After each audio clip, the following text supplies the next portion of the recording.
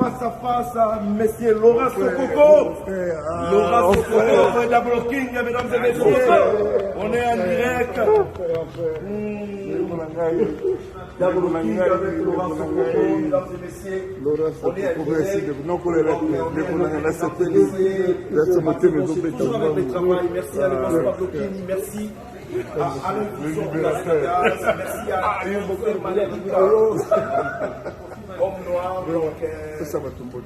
merci beaucoup.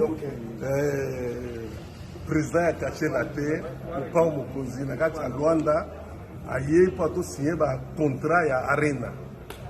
Aye spécialement pas tout signé un contrat. Il y a Laura Sokoko, mais il faut un petit Laura pour un colonel. C'est ça. Il y a un petit Sokoko. C'est un grand libérateur. Grand libérateur. Mais le lieu salé c'est moi, comme on a sous Laurent Sokoko.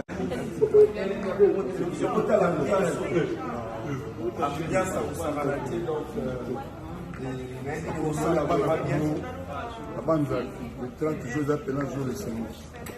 Kofi Olomide. Sokoko Laurent pour dans le coup de Congo.